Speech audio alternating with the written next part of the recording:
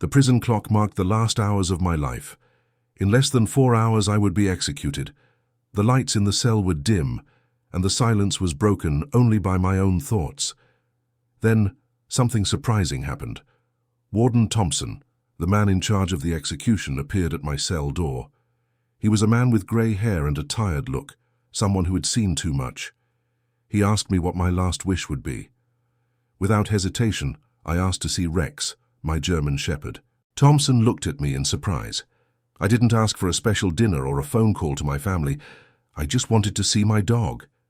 He raised an eyebrow, but, apparently moved by my humility, promised to do his best.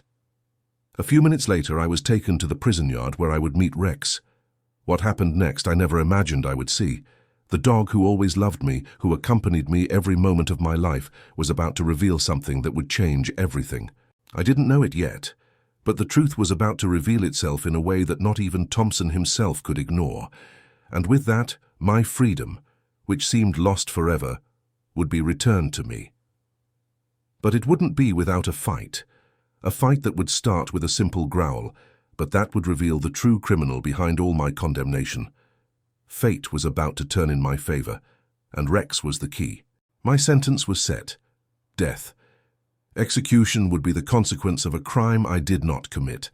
7 years ago, when I found my wife dead from multiple stab wounds, I was wrongly accused and convicted.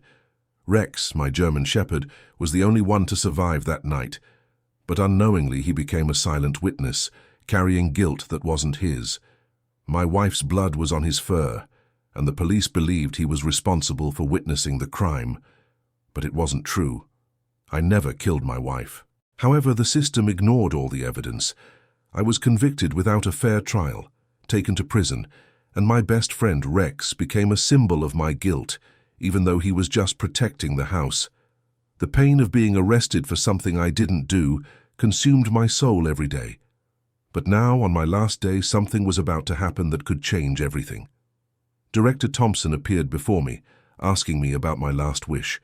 Without thinking, I just asked to see Rex one last time. That simple request would lead to a sequence of events that would finally reveal the true criminal. I didn't know it, but Rex, with his unwavering loyalty, was about to save me. I would no longer be a wrongfully condemned prisoner. The truth was about to emerge, and this time it wouldn't be possible to ignore it. Anxiety tightened my chest as I waited in the prison yard.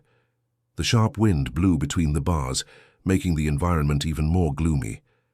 I didn't know what to expect, but a strange feeling began to form inside me. Something told me that that would be a different day, but I didn't imagine where that would take me. My hands were tied, and the orange prison jumpsuit was tight, but I could barely feel its weight. I was in shock, perhaps due to the proximity of the execution, perhaps due to the expectation of what was about to happen. The clang of the metal gate echoed, and a guard appeared, leading Rex by his collar. My heart raced. Rex was older. His fur, once so shiny, was now dull, and his muzzle, once black as ebony, was now streaked with grey. But still, when our eyes met, it was as if time had stopped. He recognized me. His brown eyes, still full of intelligence, were fixed on me. I fell to my knees, my eyes filling with tears, and screamed his name. Rex. But contrary to what I expected, Rex didn't run to me. He stopped a few meters away, and his hair began to stand on end. A low, guttural growl rose from his throat, and I froze. Something was wrong. Never before had Rex shown aggression for no reason. I looked around, searching for answers, and that's when I saw Prosecutor John Harris, the man who had secured my death sentence, standing on the other side of the yard. He was wearing a dark suit, with a smug expression on his face. Rex's gaze was fixed on Harris. He growled furiously. Something was happening there that I couldn't understand. I stood up, trying to understand what was happening, but nothing made sense. What did Harris have to do with Rex's anger? I knew my dog had always been loyal, but why was he acting like this now? The prosecutor approached with a mocking smile, and his voice cut through the silence. "Have you said goodbye to your dog yet? Let's put an end to this circus and euthanize this rabid beast." But Rex didn't stop. He exploded in a movement of pure rage and lunged forward with such force that the collar came loose from the guard's hands. The prosecutor shouted, and everything happened in an instant. Rex knocked Harris to the ground, and the guards rushed to separate them. The sound of tearing fabric and Harris's scream echoed in the courtyard. That's when I saw it. The scar. The mark on Harris's arm. The same scar that Rex had left on him 7 years before. The same scar that was linked to a night of violence and mystery, the night of my wife's death. The truth, finally, was beginning to reveal itself. Tension in the prison yard was at its height. Harris was lying on the floor, panting, his face distorted with anger and fear. Rex, now calm, stood beside me, still growling softly, but without losing sight of the prosecutor. The guard holding the collar tried to regain control of the situation, but Rex's eyes were fixed, as if he knew that this moment meant much more than just aggression. He was remembering something everyone had tried to forget. The guards were nervous, but Director Thompson seemed unfazed. He was watching Harris with an intensity I'd never seen before, as if he already knew what was about to happen.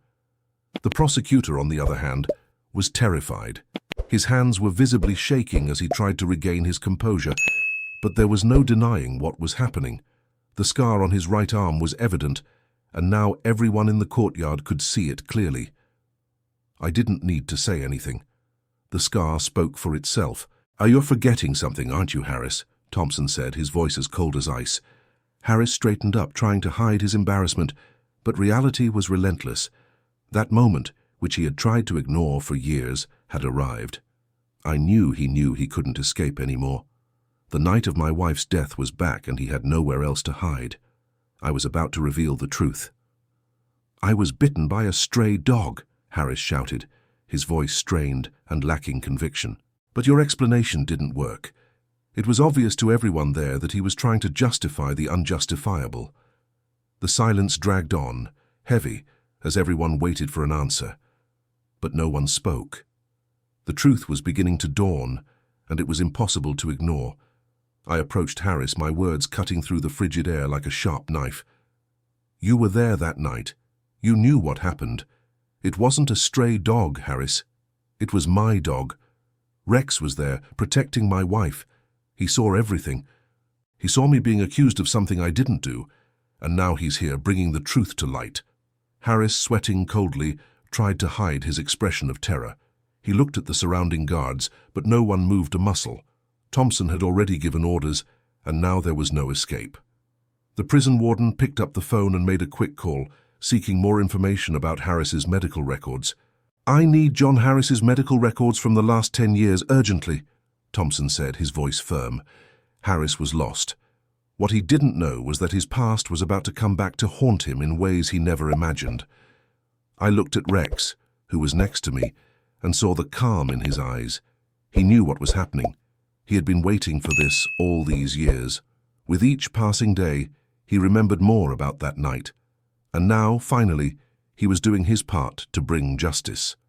The minutes that followed seemed endless. Harris was pale, sweating, his hands now shaking as he clutched his jacket. I knew he was thinking the same thing I was. What would happen when the truth came out? How could he escape this time? Thompson's phone rang, and he put it on speaker. The hospital administrator's voice sounded clear and direct, like a fatal blow. "Mr. Thompson, John Harris's medical record from 7 years ago shows a diagnosis of multiple deep lacerations on the right forearm, an injury pattern consistent with large dog bites. The patient refused to file a police report for an animal attack." The silence that followed was deafening. Harris appeared unable to speak. He was in shock, his face now pale as a sheet of paper.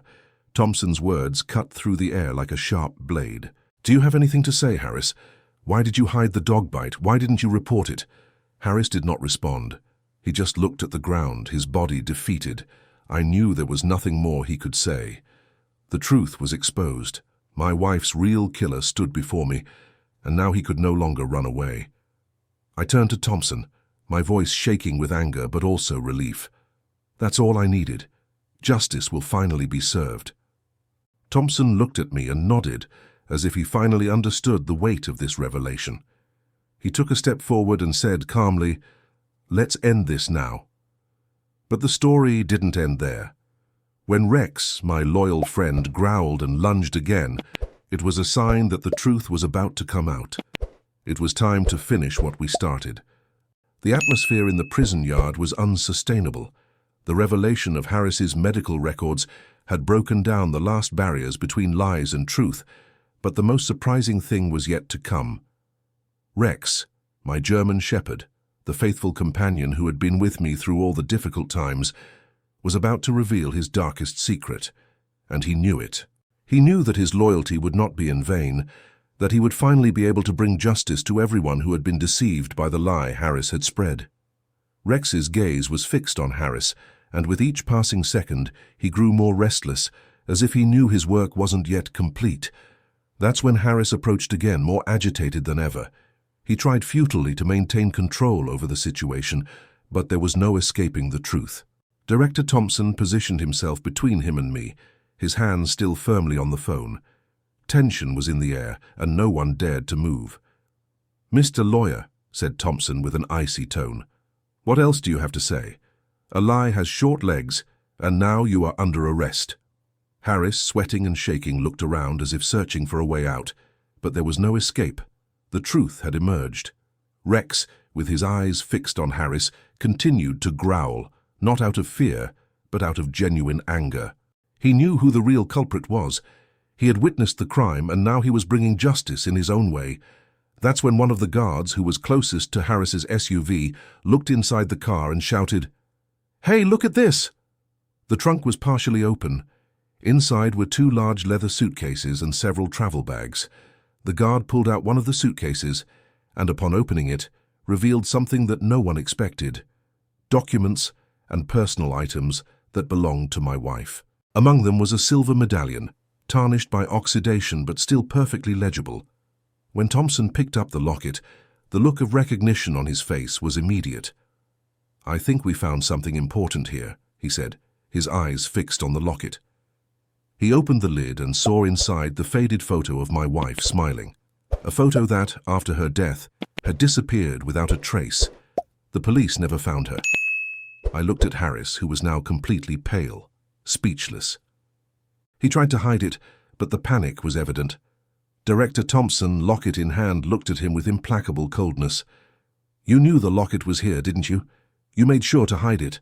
"But, as always, the truth finds its way," Thompson said, his voice firm. Harris was in shock, his eyes darting around as if searching for a way to justify his actions. But there was no escape. He remembered the night he had come to my house, desperate to convince my wife to give him a chance.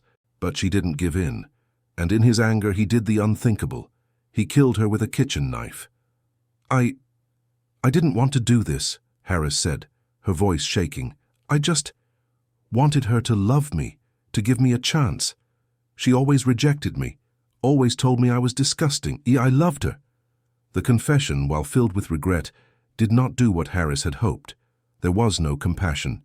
He didn't deserve it. What he had done was unforgivable. Confession could not erase the harm he caused, but the real punishment didn't come in the form of a sentence. It came from revelation. That justice, contrary to what Harris always thought, would not only come from the courts, but also from the unbreakable loyalty of a dog. Rex, who had kept the secret for so long, had finally brought the truth to light. The guards handcuffed Harris and led him out of the courtyard, while I stood there, silently, watching. What had happened to my life, what had happened to my wife, was now in plain sight. The truth was revealed, and no one could ignore it any longer. I looked at Rex, who was now calm beside me. The only thing left was to be grateful, not because I was free, but because he showed me what really matters: the truth, true justice, and loyalty, which never failed. With a relieved heart, I took a step forward, and Rex followed me. The path was now clear. The sound of the prison gates opening was the sweetest I have ever heard. Freedom was before me, not just in terms of walls and bars, but in terms of restored justice. Rex, my faithful friend, limping slightly beside me, was the reason I was free. What seemed impossible, what seemed lost forever, now became real. I was freed not just from the physical prison, but from the prison of lies and pain. For 7 long years, I lived with the shadow of an unjust conviction. But next to Rex, everything changed. He, with his tireless loyalty, brought the truth to light. It didn't matter how much Harris tried to deny it or hide it. The truth was exposed, and now he would pay for what he had done. As we walked together, the cold autumn wind cut into my skin, but I no longer felt the cold. I was at peace. There was no longer resentment, just gratitude. I knew my wife could now rest in peace, as justice had finally been served, not according to the laws that Harris bent, but according to the loyalty and love of an animal that never abandoned me, even in my worst moments. Rex, who had always been by my side, was now walking toward a new freedom as well. And I knew our journey together had no end. He gave me my life back, not easily or simply, but in a way that few could understand. Rex's loyalty is not measured in years or distance. It is eternal, like the truth. And by my side, she brought me true freedom.